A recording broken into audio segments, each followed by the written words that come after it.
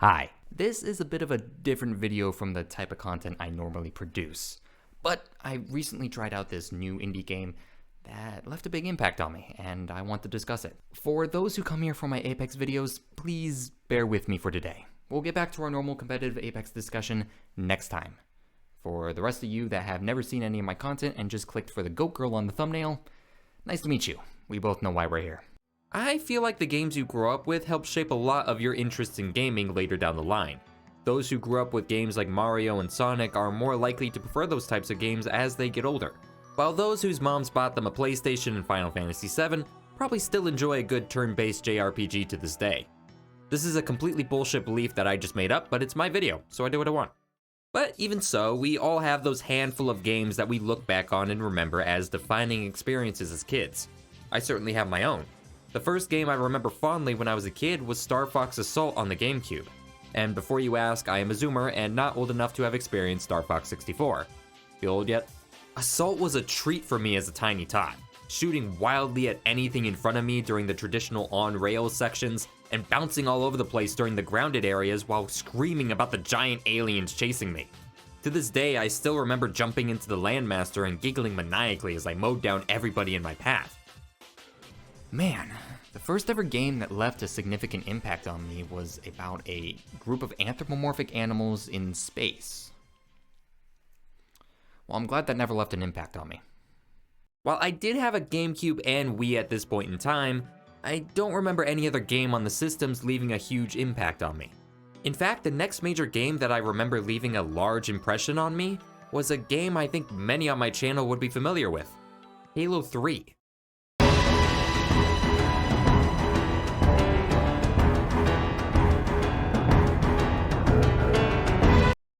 Actually, Halo 3 ODST. Yeah, I started late on the Halo train. When we got the Xbox 360, Halo 3 had already been out for quite some time, so my parents got us Halo 3 ODST instead, which, like many children getting a Halo game at the time, sparked a lifelong obsession with aim down sight and sprint mechanics in Halo games later on. Even so, the experiences of Halo 3 weren't lost on me, as Halo as a whole would soon take over my childhood. From playing the original Halo 3 campaign, to the hours upon hours of multiplayer and custom games, all the way to the eventual sequel in Halo Reach, I can proudly say I was a Halo gamer. And I never told anybody to fuck their mom. Around the same time as my Halo obsession began, a different genre also came to grip me by surprise. The chance choice of a game at the local GameStop sparked in me the last and arguably my most major influence in my life, Tales of Vesperia. This was the only Tales game to be released on the Xbox 360, and my first ever experience with a role-playing game as a kid. And what an experience that was! After going through the fantasy world of Terca Lumirez? World. Terca Lumirez. Yeah, that. I found myself plunging headfirst into the world of high fantasy and RPGs alike. Combat in Tales of Asparia was a ton of fun too. My favorite character in the game was Judith for her airborne, bouncy style of play. Very different from the rest. Glad that never left an impact on me. But, okay. That's 3 different games from entirely different genres. How does this all come together? What is even relevant about this? And why is there a goat on the thumbnail? Star Fox Assault, Halo 3 ODST, and Tales of Asparia are the 3 games I credit with defining my taste in video games for years to come. Assault's grounded combat is mediocre by today's standards, but its style and pace led to my interest in further movement-based mechanics in other games. Halo 3's rock-solid gameplay kept me interested in engaging first-person shooters with high times to kill, and Tales of Asparia plunged me into the world of dense high fantasy stories and narratives that gripped me for over a decade after. It also taught me that elf girls are pretty. These games helped define my taste, and most importantly, how I played games moving forward. Everything they taught me about games I still follow to this day. But not everything they taught me was good. Star Fox, Halo, and Tales all share one similarity that I have yet to mention. All of these games are linear. While there are choices to be made and dynamics to explore in them, they all end up following the same direction, the way they intend for players to experience it. I came to enjoy this style of play a lot, and I can easily say that it warped my perception of games going forward. For me, games had to follow a linear path. there had to be an intended way for me to follow through the game. When I was playing Mass Effect or Dragon Age, I'd look up what choices would get me this specific path I wanted. When I played Persona 5, I did a 100% walkthrough to make sure I got all the confidants and bonus events in the game. Even when playing something like Dark Souls, I made sure I looked up what were the areas you were supposed to go to next and in what order. I struggled to enjoy games that didn't allow me to do things in a linear way. Open world games had to be done section by section. Guides would always sit next to me when I was playing through a game, and if I wasn't given an intended path that I could follow through, I found it harder to enjoy the game overall. I didn't feel like I was doing it the correct way. This need for some form of linearity especially hurt my ability to enjoy a specific type of genre: Metroidvanias. Metroidvania-style games were by far the biggest culprit of my struggles with non-linearity. These games are specifically designed with sprawling areas, where much of those areas were blocked or hard to reach without abilities or tools you collect throughout the game. They are meant to be open-ended, to allow you to explore and find the path as you unlock new options. Places are meant to be backtracked and looked at through a new lens multiple times. And that made no sense to me. Games like Metroid, Castlevania, Cave Story, and even Hollow Knight passed my overall interest even when I played them. I eventually lost interest in playing since I had no idea what the correct way of going through it was, and using guides to supplement the lack of knowledge ruined one of the major parts of these games. I effectively shot myself in the foot every time I tried one. Fun fact, I actually had Metroid Prime on the GameCube when I was a kid. I did play it, but I never got to fully experience it because I struggled to get past the first boss. I never picked it up again after that. If you're wondering, yes, I hate myself for it too. I didn't get Metroidvanias. I understood the concept and I thought they were cool, but I struggled to enjoy them when I actually picked them up and played them. I can freely admit to missing out on multiple great experiences because I just struggled to find the correct way. It just didn't make sense to me. In the end, I couldn't wrap my head around what made them fun. I didn't have the ability to discover it. So there the entire genre of Metroidvanias sat. The occasional game slipping through the cracks of my barrier for enjoyment, but the vast majority left untouched. For the longest time, I thought that was where it would stay forever, lost in my genuine struggle and disinterest in the way it plays. Anyways, here's a goat. Pseudoregalia is a 3D platformer starring a goat that looks like a bunny in a bunny suit. This goat bunny is called Sybil, and Sybil's goal is to find the 5 keys across a sprawling, dreamlike castle to reach the ruler trapped within and smack them really hard with her big Dreambreaker. Originally a game jam creation made by developers Ritzler, hi my name is Matt, and a small team of other creators, it won the Metroidvania Month 19 Game Jam on itch.io and gained near perfect scores. After the success at Game Jam, Ritzler, Matt, and co. developed the game further into its own standalone game, available on Steam and itch.io. It's an extremely small game, clocking in at roughly 5 hours at most, combining traditional 3D platforming akin to Mario 64 with a Metroidvania-style world to traverse. Add in some simple combat mechanics and a big butt, and boom, you got Pseudoregalia. Now, given the jokes you have heard me say throughout this whole video, you may think that I got into Pseudoregalia for obvious reasons, but actually no. I actually saw a clip of it on YouTube and saw some of the movement mechanics in the game. It looked like a ton of fun, and as a fan of fun movement mechanics, I felt inclined to try it. It was only $6 and I needed something in between my Apex ranked games anyway. The fact it was a Metroidvania did worry me early on, and despite that, I tried it anyways. I got a little bit into the game, and I felt the same way. I started having that task overload as the game opened up, and I was struggling to find the enjoyment. However, I stuck with it because I already saw what some of the movement mechanics were, and I wanted to at least get to that point.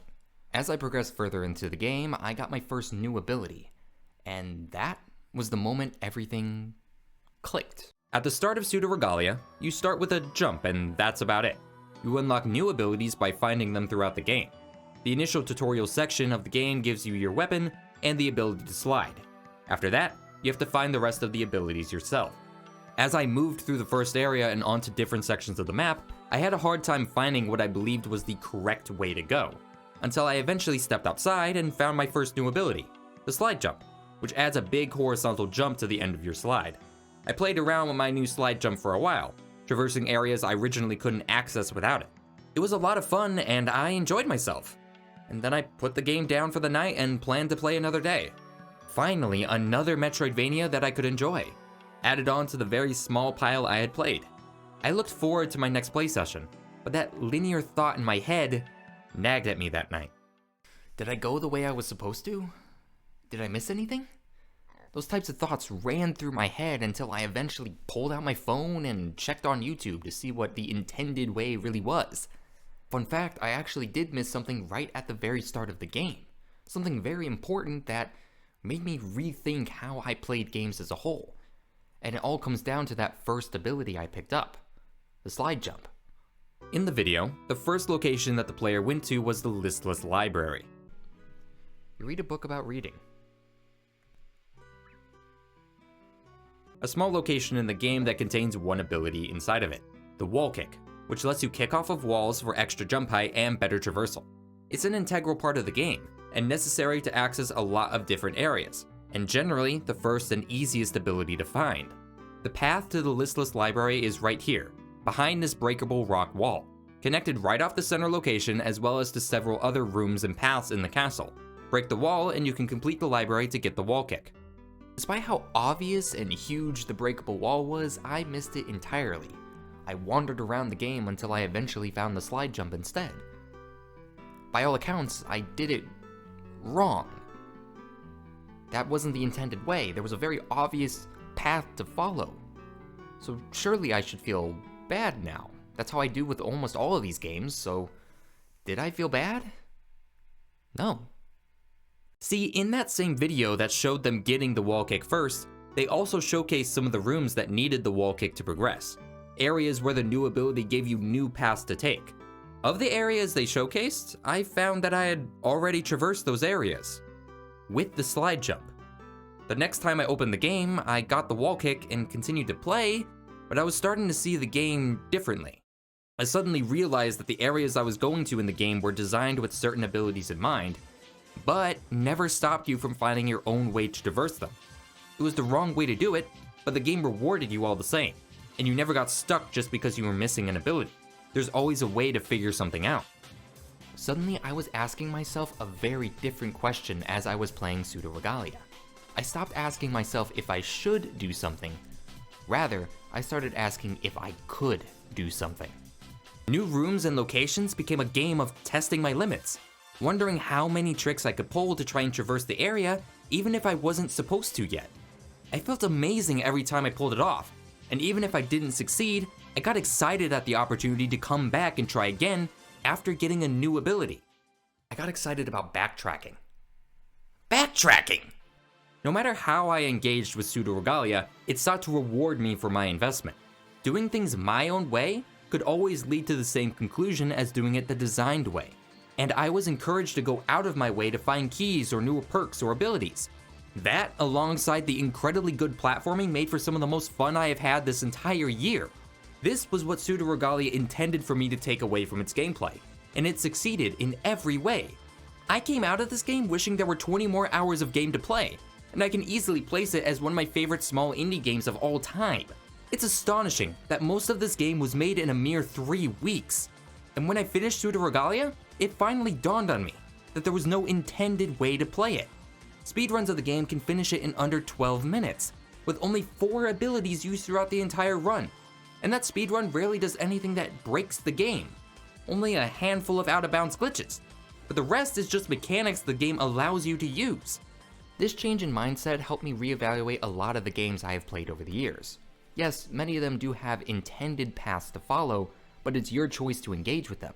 If you decide to do something different and enjoy it, you've played it just as well as somebody who did follow the path. My decision to stick to the intended path ended up hurting how I played a lot of games over my life.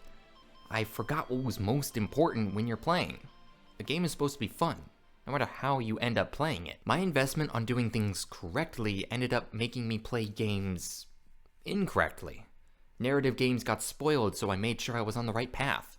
Key great moments that people remember for years to come, I know ahead of time. I ruined so many opportunities for me to just have fun because I wanted to do things correctly. For most people, You don't need a random game jam submission to come to this realization. But I did. And I know there are others out there that think the same way I do. So, to those like me, who have struggled with games like Metroidvanias or open-ended experiences, I hope this little story of mine can help you see how you could reevaluate your own perspective on these games. Maybe find a brand new experience that you wouldn't have otherwise. I'm now looking back at the games I once brushed off and seeing if I can enjoy them now. Also, try Pseudoregalia. It's $6 on Steam and a treat to play. You won't regret it. So, that's about it. Pseudoregalia taught me how to be more open in how I play games and to follow what I find fun. To put away the idea of being correct and find what enjoyment I can play from a game.